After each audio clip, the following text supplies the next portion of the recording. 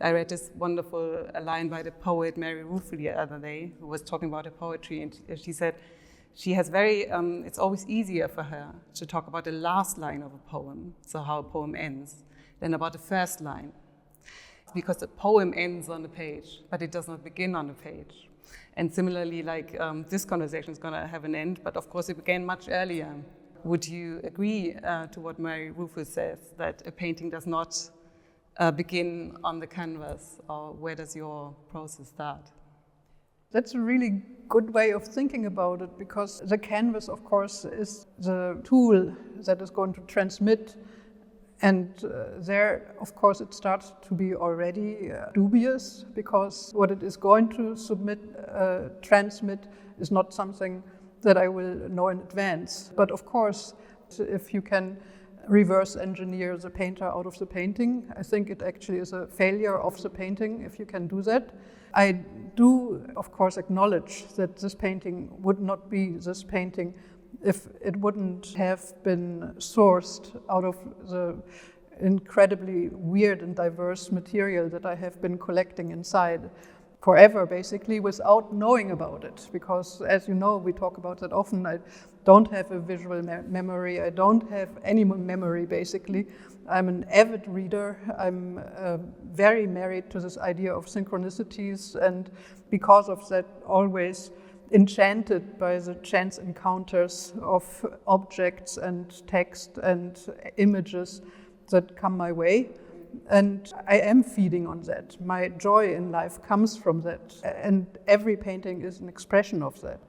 I do have to say, though, that the moment where I start a canvas, this beginning, is exciting in itself on the material front, just to know the potentiality of that. So the potentiality of the white canvas is an exciting point.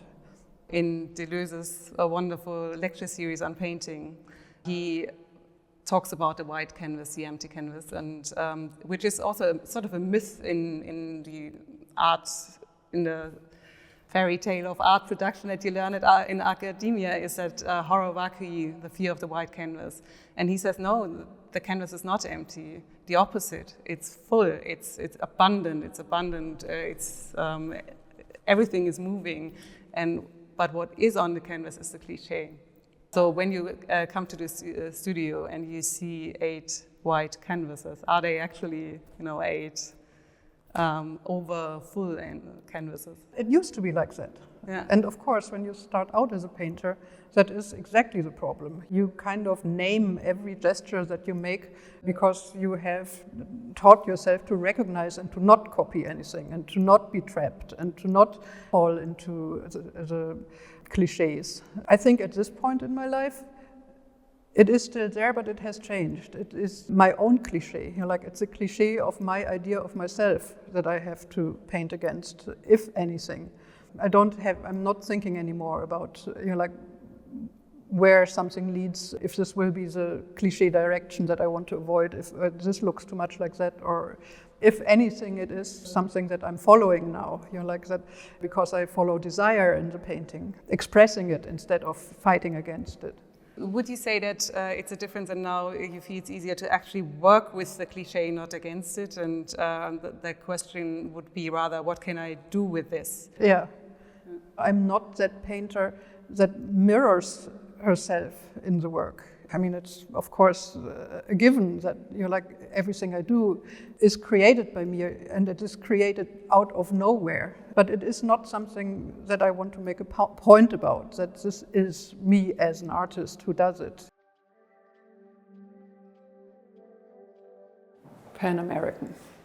A whole world that doesn't exist anymore. And to me, that painting also feels like a world that's too much and not enough. Mm. But the title does refer to those Pan Am posters from the 60s, which always have the Pan Am logo, which is this world web. But here it's a spider web, and it's like a spider web on LSD, basically. Mm-hmm. But in those logo posters, you always had, where there was Brazil, there would be this parrot, where there would be Africa, there would be an elephant, and it had those kind of childlike colors. That's where the title came from. And you see there are the green mare, donkey, horse legs again. And then they kind of move the whole thing around, so that it becomes almost like a clock of some sort. And that painting really was at several states where I thought, okay, black painting.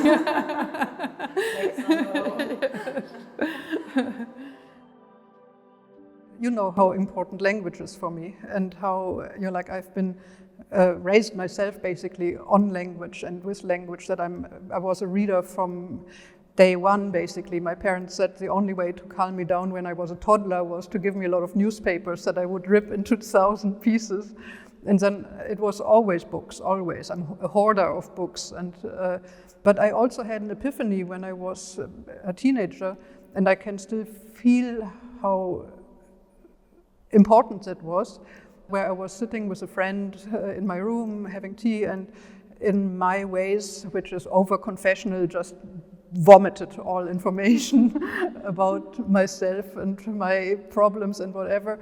And at the same time having this intense feeling that whatever I say, whatever is going to be said, has absolutely no importance.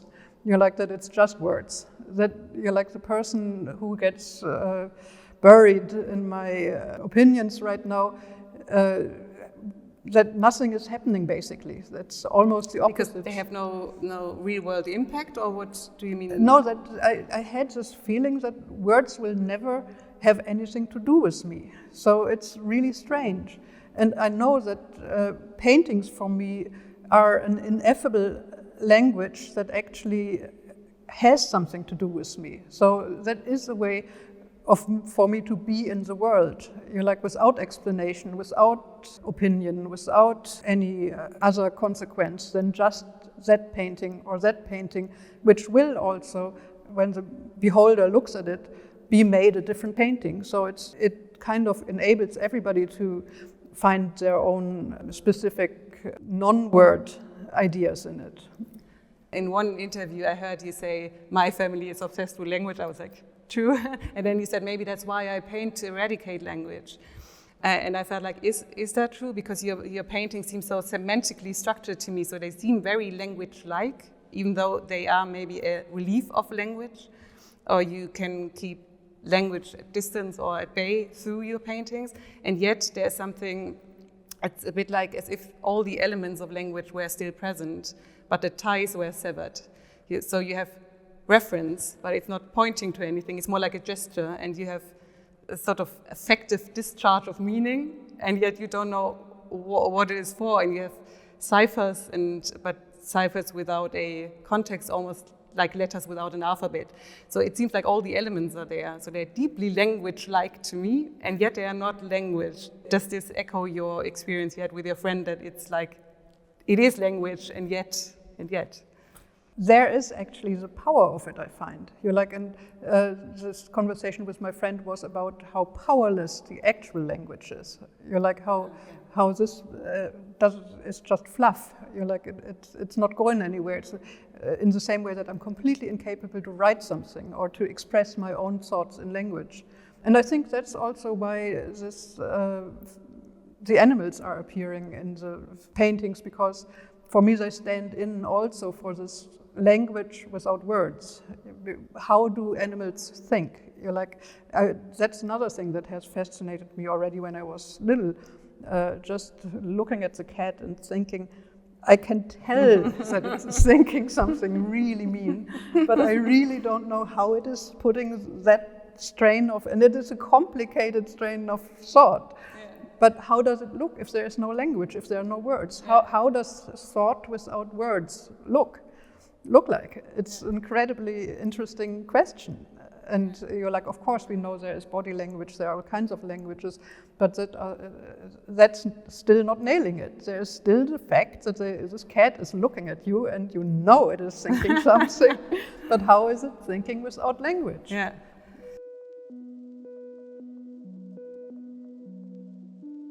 I think this kind of ambivalence of materiality is super important in paintings, because it makes you wonder and look. And even yourself, right? Because Yeah. you're ahead of yourself, because Yeah. that's not something that you would plan. Let's make a painting Right. with these two different speeds, but then you do it and then you realize, oh, this is interesting because you've been ahead of yourself in the material. When we entered this exhibition today, and the painting you see first is from the outside. It's really pulls you in. It's very iconic on so many levels because you have the shape of an animal. So the animal has been reduced to a shape, and then you did the same thing to the title. It's just called Animal. I think because it's very difficult to include animals into a painting because you always have narrative and representation things. There's lots of traps there, but you sort of managed to put them in a very specific way, right? Choosing parts of, and it's always fragments of, or mostly fragments of animals, like the leg, the beak, neck, the head, the eyes, or it is animals that are very easy and decorative, like fish and birds that basically you can do in one line, and that are also used already as a graphic element so often that it translates as a formal choice. And also animals are not people.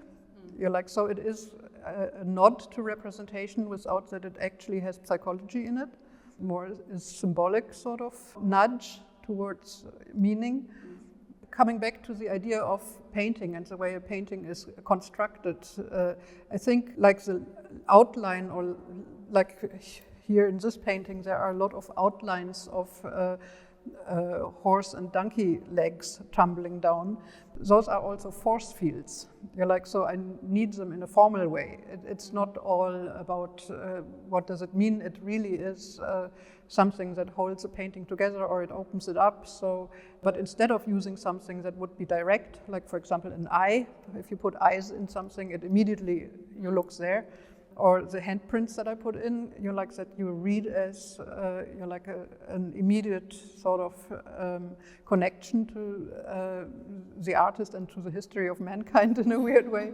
If I put just a fragment of an animal in, it just gives the painting a certain force without that it gives away too much. It stays also on an instinctive level that stays visual, without that it becomes anything that needs to mean something.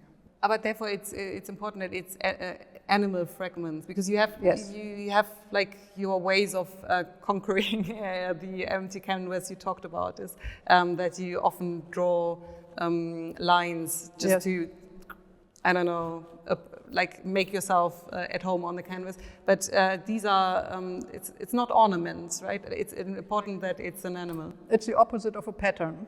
Even if I use it as a pattern, it will always have its own pathos. Especially if you use it as a symbol, it is pathos, but it's also bathos. It is at the same time kind of funny, or you don't know how to feel, and it's giving something to the painting that pulls it into a certain direction without that it overtakes it. So it is a part of a language.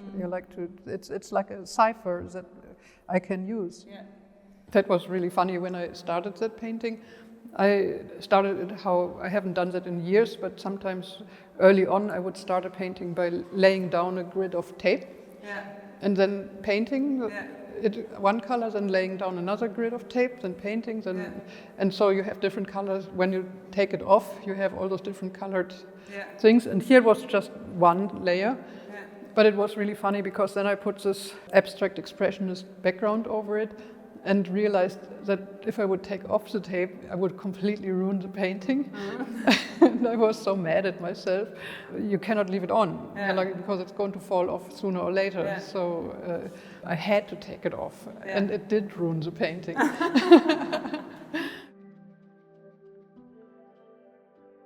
Wonder about the relationship between chaos and order, but also dissolution and creation in your work. And in the same lecture series that I was mentioning earlier, Deleuze talks says every artist has to deal with chaos and order. That's where he starts. And some try to like really go almost to the point of losing the painting, because if absolute chaos, the painting is lost. But then if you introduce order and code and you work with it, you push it to the other edge, but there it's lost too. So, and there's a third way. Of course, philosophers love their third ways, but is to mediate the space between order and chaos. And I guess the ornament or the way you use animals and they become something else is to introduce some form of language, code, order, ornament, to also to be able to make more room for the other bits of destruction and deconstruction in your work. Yeah, what I want a painting to do is in a final, very material way, it's to hover on the wall.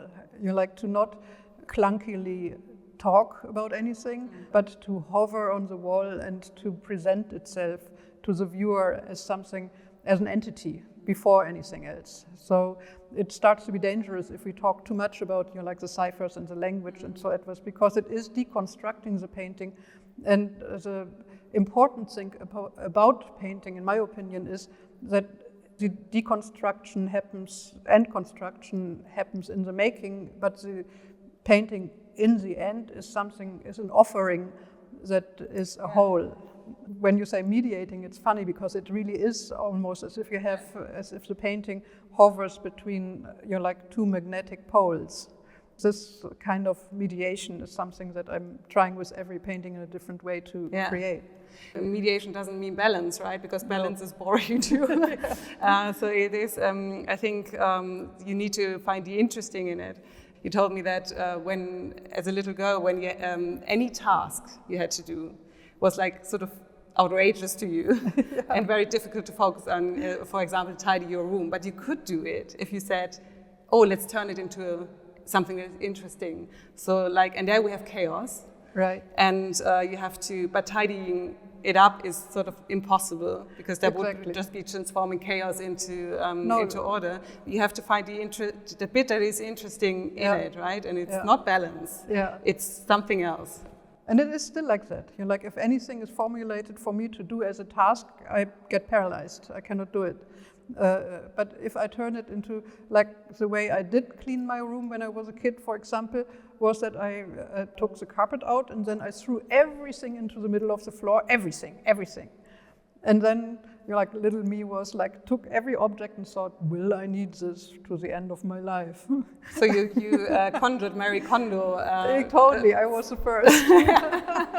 Does it spark joy? Does it spark joy? Exactly. Yeah. In order to create order, you had to create mess. Exactly, sort of? In a certain way, yes. But it's also just to be in charge. I think the task thing is also something that needs to be for somebody else. But that, I'm in charge, and it is a project, not a task. And I think I'm still like that. So every painting is not something that I need to put into the world to prove anything to anybody, but it is a project in itself that is going to be interesting to me to see what happens out of the mess. If I can create order. And does it spark joy? Decreation. And it's really funny because with all the overpaintings, and you can see how much stuff is going on there, I always painted around that. Which I always told students is the one thing they can't do. They cannot fall in love with one spot in the painting and then try to preserve it. Yeah. So again, I'm completely against my own rules, but it worked so well. Usually when we talk about abstraction, we think the opposite is representation or figuration. And of course, you've been asked probably many times, are you an abstract painter, are you a figurative or representational painter? And we're so used to this oppositional pair or conceptual pair that we don't think that abstraction could be the opposite of something else. The art historian Wilhelm Worringer in 1907 wrote a book that is called Abstraction and Empathy. Do you know it? No. I only just discovered it, although I think it's but I never studied art history, so but I think he's quite famous for it. But I like that Abstraktion und Einfühlung in German, abstraction and empathy. And to him, abstraction is just we deal with chaos, and abstraction, geometrical forms, as soothing because they are order. But there's another way to lose yourself. There's also this desire to lose yourself, and that's empathy, to lose yourself, spread yourself into the world. And reading this, I felt like, oh, maybe that's a better pair, because then you wouldn't have to choose between abstraction and figuration, and then where does that lead with your work? But you can say, yeah, of course there's abstraction and there's empathy, and it's a dialectic, and they're both at work at all times. Yeah, that makes sense to me. And it's strange also because I don't think in those terms at all. It just never has had any effect on me. It's just the most uninteresting question. It is a painting. It does what it does. That's why I really like this idea of Abstraktion und Einfühlung. It sounds fantastic. And it makes sense on a certain level because it talks about the intuition that expresses itself. So I'm considering myself as an introvert who fakes being an extrovert. And I think the paintings are similar. They have this interiority, which is also the empathy that the paintings have for themselves, if I may. It's a nice love triangle between chaos, order, and affect in a way, yes, right? And but I really liked what you just said about your paintings being introverts, faking being extroverts, because there again you have this inversion, and they I need to think about it. Right? Yeah, and it's basically it's also feeling and thought. And then this, I think with my paintings, that is a dichotomy that is extremely important. For me, it is. It's like the feeling is basically the intuition that I have as a painter, which is always ahead of me. Where I'm. But then the thought is that at every step I'm also learning. And I'm deciphering, and from the deciphering come the synchronicities, the associations, the sort of reaching from that painting to my environment and my thinking and the books. I'm recognizing things, and for me the paintings represent an interior world. From the outside it can actually be something that gets reflected back on you as somebody who sees the painting for the first time. You can put your own interiority in the painting and have it reflected back to you, as much as the visual sort of entertainment that it also has to be. I think that's why I'm so married forever to the idea of painting, because I don't think that many other things can bring feeling and thought in the same way to the surface, literally. Yeah, and then also these first encounters that's beautiful about painting, that it is, even though they are semantic or semantically structured, they do often leave you speechless, but speechless sounds so grandiose, and like I'm having an experience. It can be awkward, like if you're introduced at a party to someone and you don't know what to say. Right. But I like these moments of awkwardness. I think they're beautiful, actually, because you can see how painting and language, or the absence of language, how they intersect, and also feeling and thought. Do you have any thoughts on awkwardness? Or the speechlessness, or being introduced to a painting almost, and how it arrests the viewer, puts them on the spot? I think that's how we began the conversation. It is basically, again, the thinking without words. It is a weird world that we're dealing with when we look at art. And I also think it is something that cannot be taken away. That's why I'm not worried about it. It is really something that is larger than the sum of its parts.